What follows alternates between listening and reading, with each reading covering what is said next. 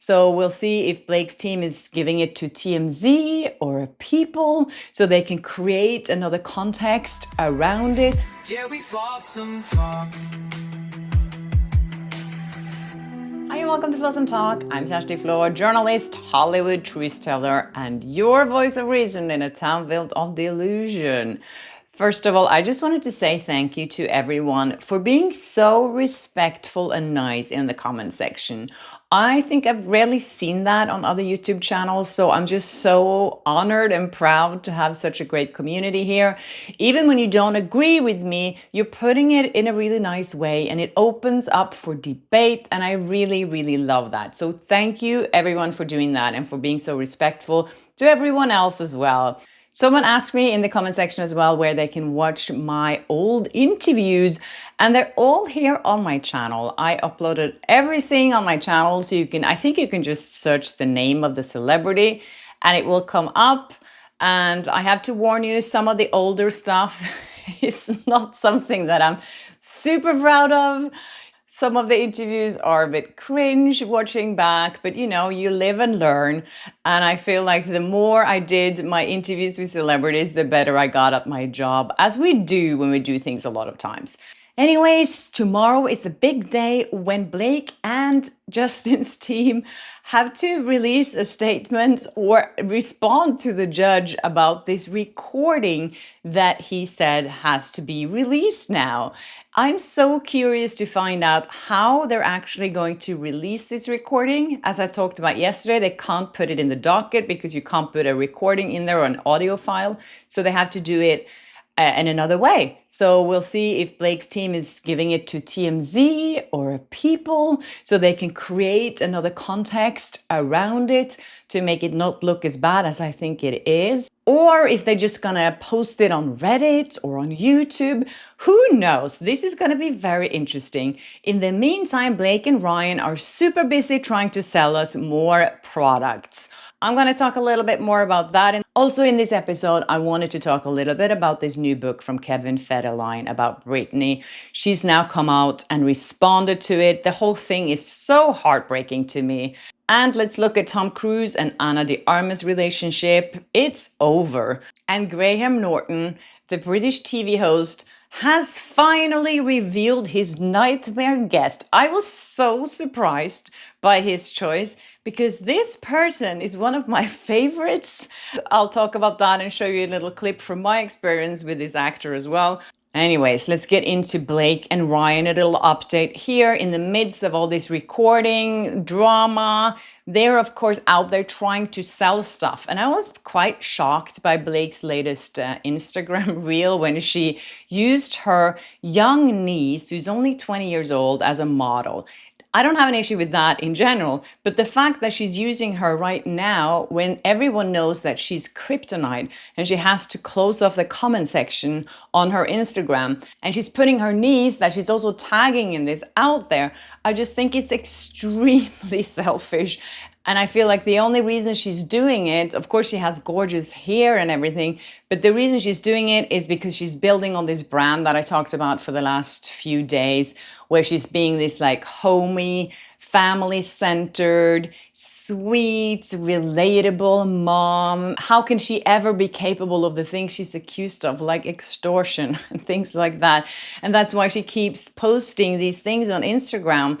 Like I spoke about yesterday, she was in her pajamas. Then she did a post about baking, and she baked a cake for her daughter based on her favorite stuffed animals. It's all so calculated. And I think the fact that she actually uses her niece is kind of despicable. She should protect the people that she loves and not put them in front of everything. I truly hope that no one is commenting and saying anything bad about her niece. She's only 20 years old. There's not a day that goes by where either Ryan or Blake is not trying to sell us products. And Ryan just did a new ad for Mint Mobile where he's making fun of this new AI obsession that people have been talking about in Hollywood. Tilly Norwood, who is an AI actress who's been signed by an agent, is kind of crazy. But he's mocking fun at that and monetizing the fear of Hollywood that AI is taking over. A lot of people sent me the video that Maureen Callahan did on Ryan Reynolds. She's a journalist and an author, and she has a show on YouTube called The Nerve, and she really digged into Ryan Reynolds last week. She brought all the receipts of everything that he has done, and she is not holding back. And yesterday she did an updated episode after Ryan had been on Seth Meyers. And the things that she's saying about him. I think Ryan, based on the things he has confessed to, and these are just the things we know about, I think Ryan is a psycho arsonist, and I think he is a psychopath. The behaviors, the criminal behaviors that Ryan has confessed to, that's how serial killers start out, with arson. She is very passionate about what she feels about Ryan Reynolds. One thing she pointed out in that episode is how he set fire to his elementary school, and she found the news clipping. I want to just credit Elsie for actually finding that story 5 months ago. Elsie Rich here on YouTube, she's the one who found that story. But anyways, it is an interesting story, and I think it says a lot about him. Although when you're 12 years old or 9 years old, I don't know how old he was when he did this, you do stupid things sometimes. But I think what's really upsetting about that story is that Ryan Reynolds got away with it and he has no remorse, and now he's joking about it. I feel like now finally people are starting to see Ryan Reynolds' true colors. I am speaking to a person right now. We are planning on having him on the show here, who has an appalling story that he is sharing. It is really up the alley of what Blake and Ryan did to Justin. I'll keep you posted on when that will come out. Okay, so let's talk about Kevin Federline and Britney Spears and the tell-all book that's coming out and his intentions here. But before I get into that, I wanted to thank the sponsor of this video, Sunshine Island. If you're like me and you need a little bit of break from Hollywood craziness and drama, this is a game for you. It's a cozy mobile farming and tycoon game where you manage 3 different islands. Each of them has their own buildings, their own animals, and production chains. It's completely free to download on iOS and Android, and it's just such a nice way to unwind after a long day of talking about celebrity news from Hollywood. I've been playing it in the evenings lately when I finish editing these videos, and I love how relaxing it actually is. You can decorate your island, trade with others, and slowly watch your little village turn into a thriving paradise. And right now, they're running a special Halloween pumpkin hunt from October 20th to November 3rd, where pumpkins are hidden all over your island. Everyone you find helps you unlock seasonal rewards and limited time items. It's the perfect way to get into the Halloween mood. I also love that the games let you choose how social you want to be. At higher levels, teaming up with guildmates and taking part in global events adds a whole new level of fun. You can download Sunshine Island from the link in my description for free, or scan this QR code. Just use my exclusive voucher, Shashti25, that's my name, and then 25 in the settings menu to unlock your welcome gift. That is 250 gems and 100,000 coins. That gives you the perfect head start. So join me for a really fun and calming little escape with the pumpkin hunt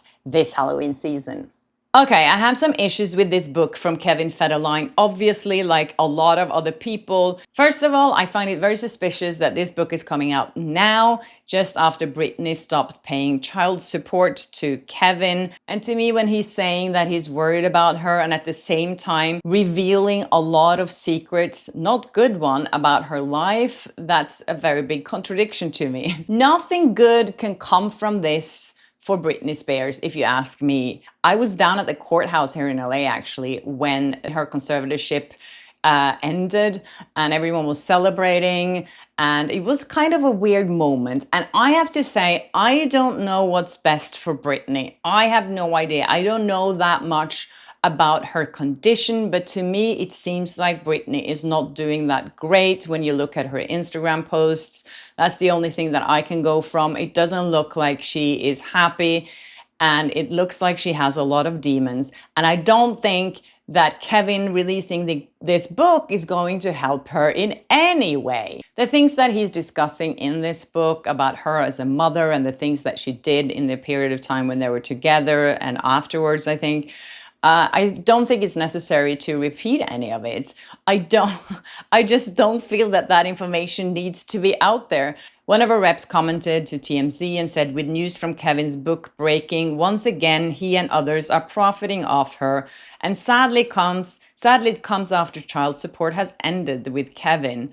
All she cares about are her kids, Sean Preston and Jaden James, and their well-being. During his sensationalism, she detailed her journey in her memoirs. So Britney, as you know, released her own book, The Woman in Me, and she's saying that basically read my book instead of his, that's the truth. And Rob Shooter says on his Substack, he's revealing that Kevin actually only got $60,000 in advance for this book, which is not a lot, especially not compared to what Britney got for The Woman in Me. She got $15 million up front.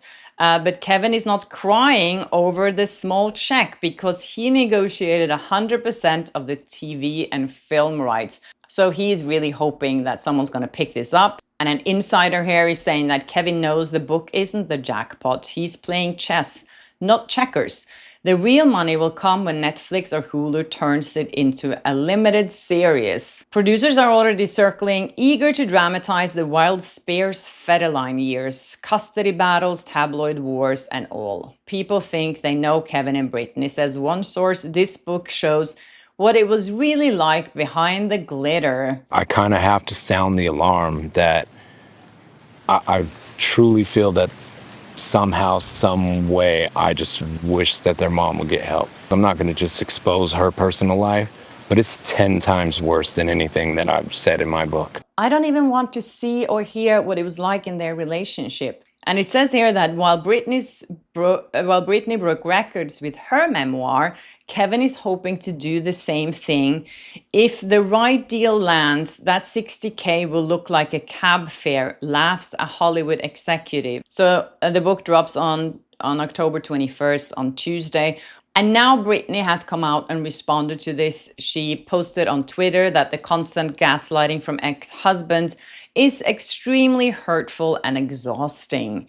I've always pleaded and screamed to have a life with my boys. Relationships with teenage boys is complex. I have felt them demoralized by this situation, and I've always asked and always begged them to be a part of my life. And she says here that she's only seen one of her sons for 45 minutes for the last 5 years. And the other one visited her 4 times in the past 5 years. It's really heartbreaking. And she says here, from now on, I will let them know when I'm available. Trust me, those white lies in that book, they're going straight to the bank. And I'm the only one who genuinely gets hurt here. And she says, I'm actually a pretty intelligent woman who's been trying to live a sacred and private life in the past 5 years. I speak on this because I have had enough, and any real woman would do the same. Oh, this is just such a sad story, and I feel for her kids, I feel for her.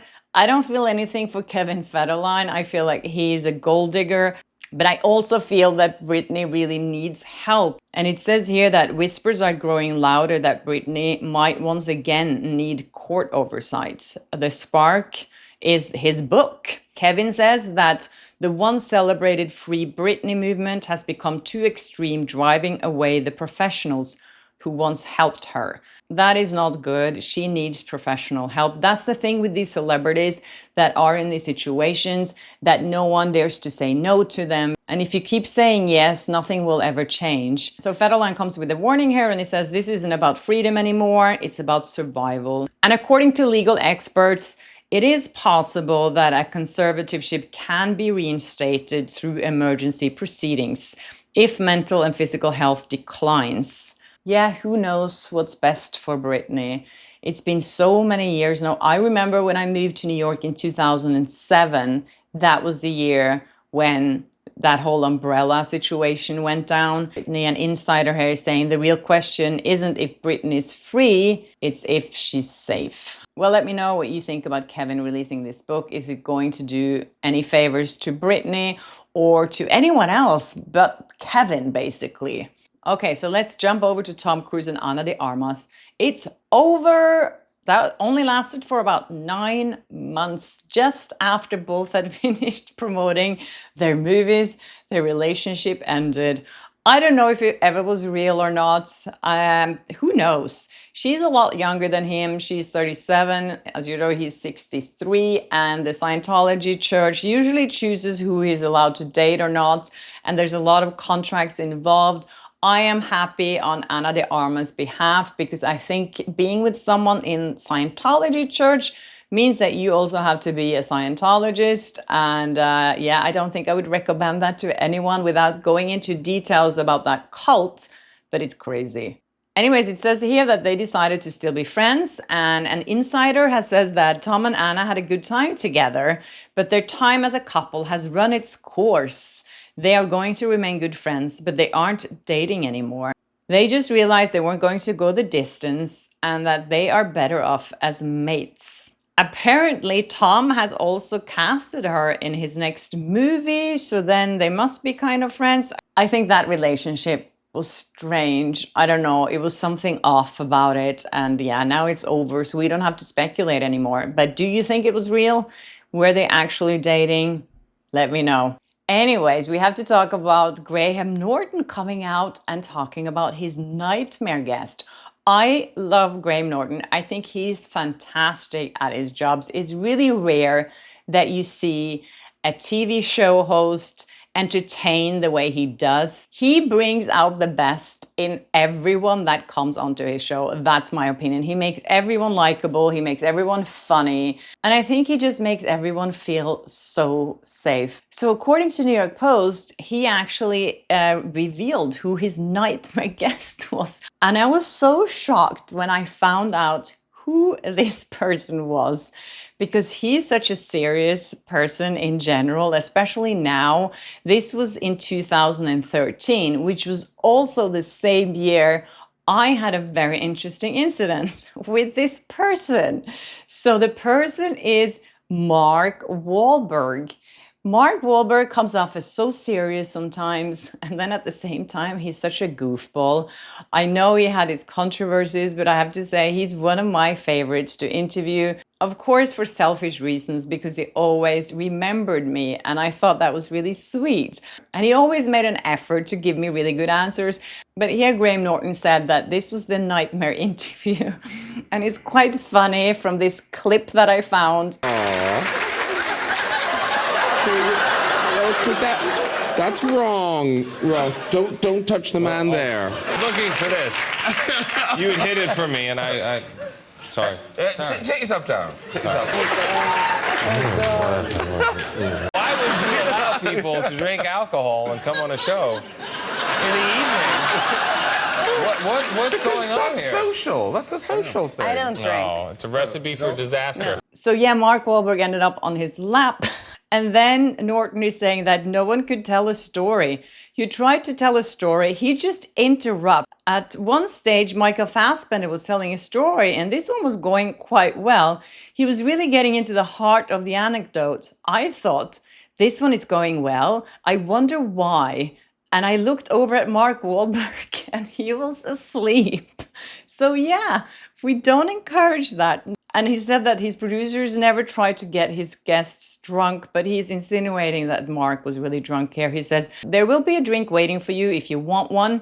And then while we're showing a clip or getting the music ready, they might be able to rush in and top you up.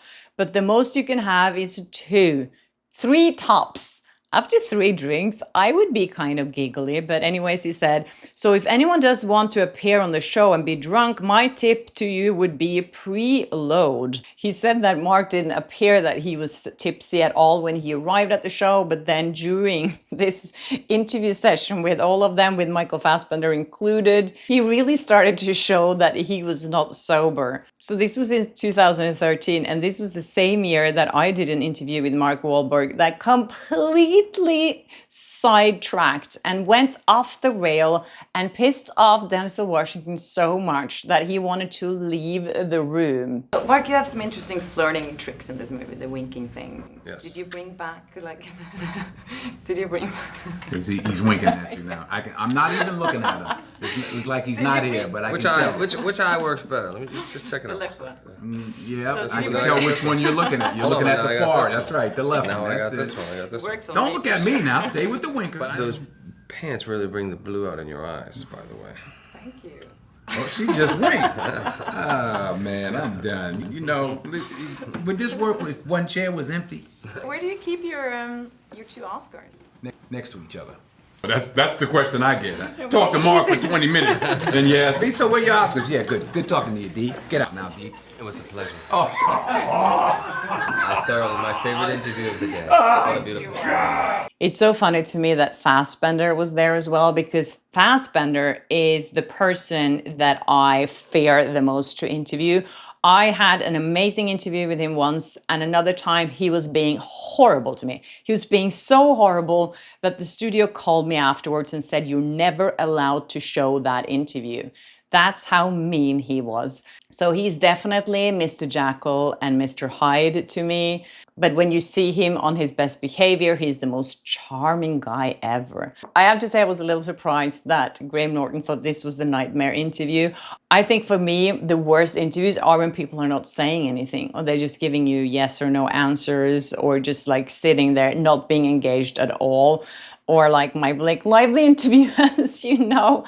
Those are like the worst for me. But anyways. Okay, and this was funny. Thank you, Maz, for sending me this. I wanted to end this episode with this photo that Maz sent me from Kmart in Australia, where they're selling Blake bedside table and Ryan a ribbed bedside table.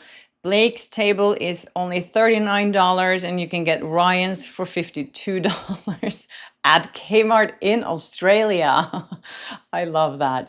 Anyways, that's it from you guys. I hope you enjoyed this episode and let me know what you think in the comment section. If you have any ideas or what you want me to talk about here, any tips, please DM me on Instagram or just send me an email, flawsometalk@gmail.com.